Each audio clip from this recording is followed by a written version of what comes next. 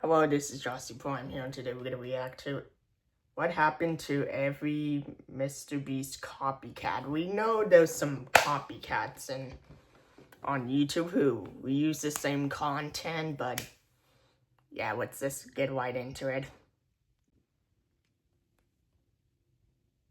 From the MrBeast copycat who changed his life and won people's love back after admitting his mistake, to another one who was publicly called out by MrBeast on Twitter for stealing and photoshopping his face onto the exact same thumbnails. Yeah, that's what many people do. What exactly happened to every viral MrBeast copycat, starting with Morgan Hudson. Between 2018 and 2020, Morgs was widely seen as the British MrBeast, copying many of MrBeast's challenges almost beat for beat. For example, he released his own versions of videos like Last to Leave the Circle, and spent 24 hours in a box, often just days after MrBeast had uploaded the originals. Thumbnails also mirrored the bright colors, shocked expressions. Yeah, it looks similar, I noticed. The smallest detail. This is the circle. Before your torture, let's go over the rules. This white line is the outside of the circle. Okay, it's just the MrBeast video first. You're out. Last one to leave the circle wins $25,000.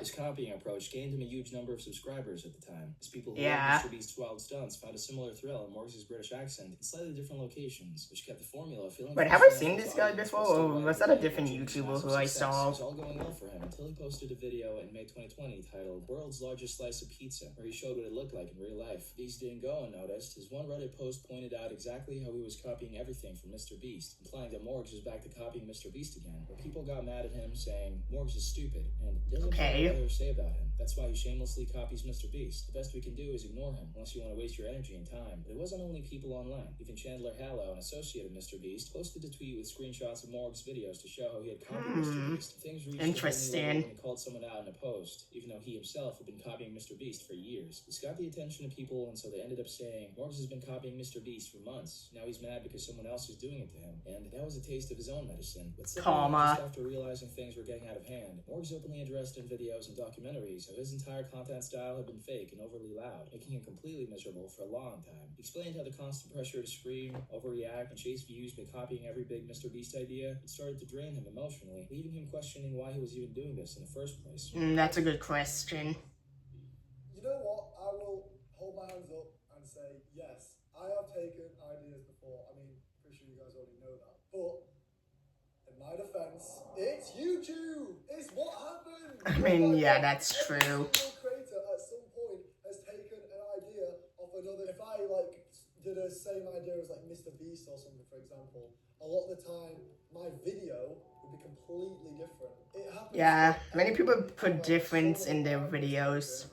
I've had my thumbnails taken, and you know, I think every YouTuber has been in a point where they've done an idea and someone else has done it first. It's just what happens. Yeah, honestly, I have nothing but respect for MrBeast. His videos are great, you know, the numbers he's got and the videos he's made. The internet exploded with reactions the moment those admissions went live. Some viewers praised him, saying, Morgs exposing himself feels like one of the most oh my things god I've ever seen. He doesn't seem crazy after all. He's actually a cool guy, and damn, I actually feel bad for him. It seems that we were a bit too harsh on him. We kind of forgot he was human as well. Let's see what the future holds for him. And just like that, Morgs was slowly transitioning to his own style, doing internet challenge videos about daily vlogs, football, and traveling. Maybe I need to see him. As they began to see a different side of him, as one of them said, I don't like Morgs as he passes his scripted content off as real and is incredibly obnoxious. It'd probably be fine if his obnoxious character were actually ironic and he didn't try to milk the whole 24-hour challenge format. There's a big difference in quality of content between MrBeast. His challenges are genuine and actually have dynamic to them. Morgs uses his gullible audience to show unironically exaggerated challenges which are scripted and filled with ads. Recently, I've been visiting the Morgs channel. I wanted to watch what kind of weird crap he was up to. I think Morgs is changing. I only saw 2 of the videos, but they're quite funny. They're named 8 Ways to... I maybe need to see the newest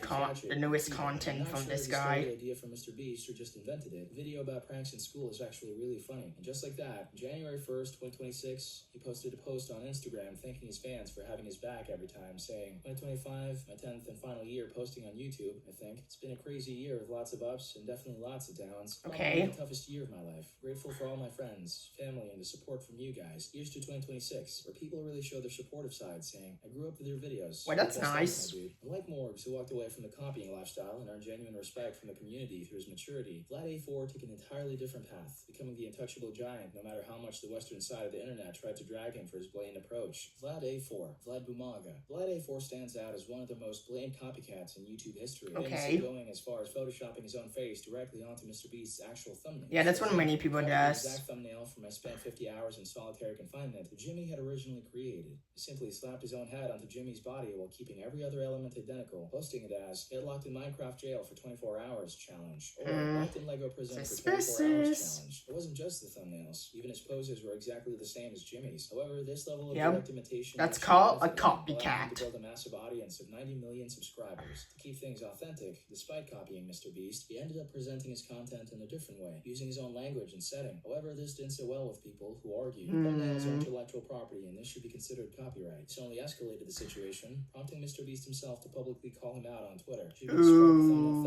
Now we're getting juicy. The largest channel in Russia just takes my thumbnails and photoshops his face onto mine. Where people also agreed with him, saying, in Russia they take that's true. Their own. However, he didn't stop at the criticism. He also expanded his company to launch A4 branded merchandise that fans could buy, similar to MrBeast's Feastables. It was clear that Vlad was profiting from everything while copying MrBeast in each and every phase. Even though some people still defended him after the copying accusations, they argued A4 did not copy MrBeast, and even if he did, it doesn't matter because his personality is original. This didn't happen at all. People were still against his method of copying, saying there's nothing original about A4. He reached such a toxic level that all people wanted was for him to leave once and for all. This was evident when a Reddit post asked, if you had the power to ban one YouTube channel for life, who would you ban? Where some people ended up saying his name. However, in 2006, he appeared inconsistent and may have taken a break from YouTube, as he hasn't posted a video in the last 2 months. Instead, focusing more on his personal life and traveling. Stokes twins, Alan and Alex Stokes. When it comes to straight up cloning MrBeast's entire operation in the most calculated way possible, no one comes close to the Stokes twins, Alan and Alex. They didn't just take loose inspiration from his videos like many others. Instead, they reverse engineered his entire channel frame by frame, studying every element of his success and replicating it with such precision that running a parallel version of the MrBeast empire. I didn't know they were mostly like copycats. Video went back to first grade for a day, only for the twins to respond just days later with their own version, going back to kindergarten for a day. Oh my god, going back to kindergarten for a day. Overall presentation, which immediately sparked accusations of direct imitation across the platform. Today, we're going back to kindergarten. Oh my god. Kindergarten class with 3 kindergartners and a kindergarten teacher. However, if you look closely at the rise over the years, plagiarism wasn't just a small mistake, but rather a system. It started with what people called the thumbnail tracing technique. Stokes twins copied the beastification style of MrBeast perfected. They copied the exact thumbnail layouts, sometimes down to the tiniest details. For example, if MrBeast appeared wide-eyed, holding a massive prop on the right side of the screen against a bright blue, I think many people notice that.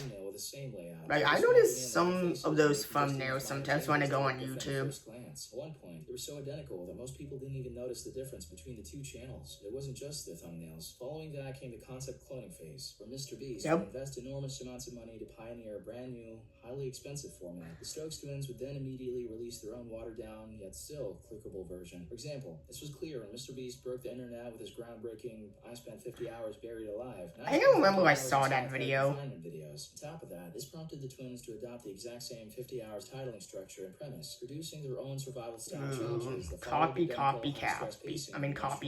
Today, we're burning 200,000 calories in 50 hours. We have 10 contestants divided into 2 teams, and at the end of the 50 hours, the team that burns the most calories and loses the most weight wins $100,000. I can't believe they are just copying them. Hide and seek. For MrBeast had popularized the massive location format with elaborate rules and bounty systems. The twins aggressively cloned it by releasing their own versions in equally large settings. Okay. Gameplay mechanics, prize structures, narrative flow that had made the original so addictive.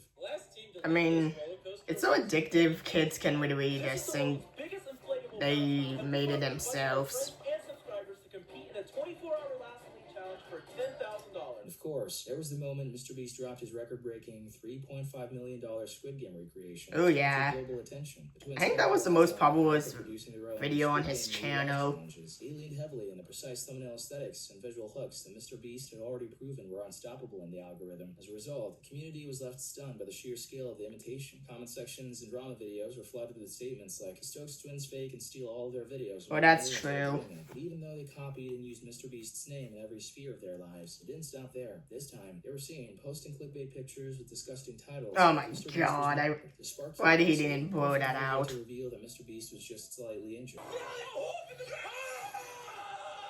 Oh. Despite their blatant attempts to clone MrBeast, by early 2026, the Stokes twins had surpassed an incredible 130 million subscribers across their platforms. It was clear that using MrBeast was actually a pro move for their growth. They were even seen using MrBeast's imagery in their channel cover photos. Oh my Just god. to stay relevant in the internet. 2026, they will still upload videos every week and earn almost $30 million a year, consistently using those colorful thumbnails, just like MrBeast. And like the Stokes twins, he managed to scale through pure controversy and still came out ahead in the numbers. Brent Rivera faced a different kind of reputation. Oh yeah, Brent Rivera. More personally within the long-form YouTube community, even as he continued grinding on other platforms. Brent Rivera, lifestyle rather than full-blown challenge videos, often making videos about wow, Brent looks so different. Style shifted. Just a year ago, he was seen posting MrBeast-style challenge videos while using the same colorful, detailed thumbnails, including a video called "Exploring the Scariest Google Maps Locations." In it, he showcased unusual places around the world that nobody had ever seen before. This video gained massive reach, surpassing 100 million views on YouTube. Wow. It came out that the video was taken from MrBeast's video called "I Survived a Day in an Abandoned City." However, after finding success in this niche, he's repeatedly been caught copying thumbnail compositions and video premises. That's what I've been noticing. Style. Every one of these videos went on to surpass 50 million views on YouTube. One of the most talked about examples is his Extreme Hot vs. Cold Hide and Seek series. The Oh my overall god. layout, the props he used, and even the color grading ended up looking suspiciously similar to what audiences had already seen in MrBeast's massive productions. As a result, in 2023 and 2024, the accusations reached a boiling point. Multiple creators, including Joshua Slavin, began posting detailed How long is this Brent video? Rivera was plagiarizing entire videos frame for frame. Screenshots and comparison edits went viral across social media, sparking heated debates where both fans and fellow Thank God. YouTubers called him out. As this evidence circulated, a reputational hit began I don't remember create when a copyright following strike to every people. subsequent upload. However, the investigation didn't stop at MrBeast. People discovered that Brent was also borrowing content from several other creators. Oh my god. Many to comment. Wow, I rarely call out creators, but Brent Rivera is a plagiarist. For the video that I got to work on with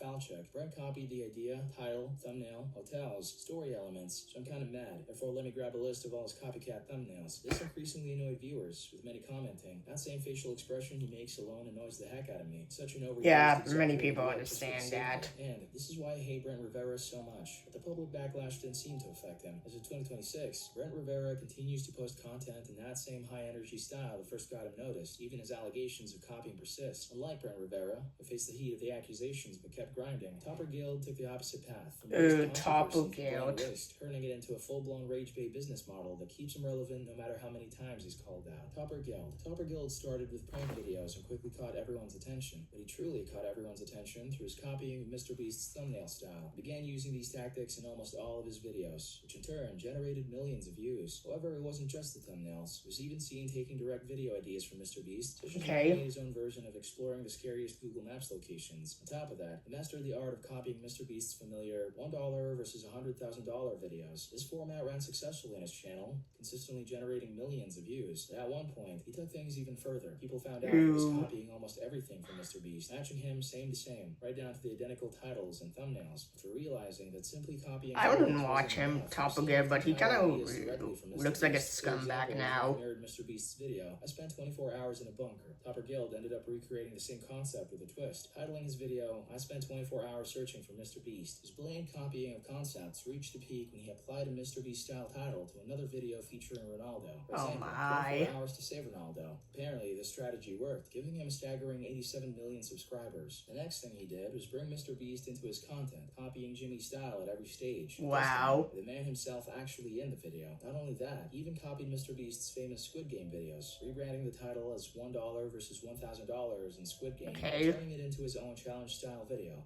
This is a $10,000 Squid Game. And this is a $1 Squid Game. Today, my friends and I will be competing in real Squid Games with every challenge made up from a different budget. However, everything has its limits. Topper didn't know where to stop. A sharp departure from MrBeast's philanthropic approach. He began posting videos of himself wasting massive amounts of food for views. Oh my god, I remember these. Okay, just some syrup. Nice, okay. Perfect. No thanks.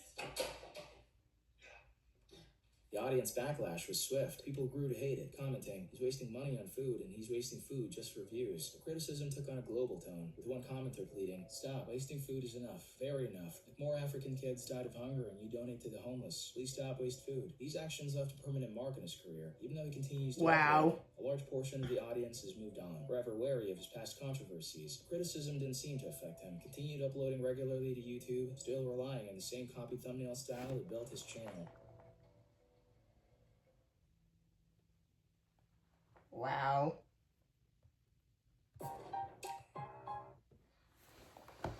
Okay, we didn't know many of these copycats. Like, I knew Brent Rivera and Topper Guild, but nobody else. Anyway, like, subscribe, hit the notification bell, and I'm just gonna say, do you like the quality now of this my phone? I just got a tripod today, so I think I'm just gonna release this video maybe, I don't know yet. Anyway, peace.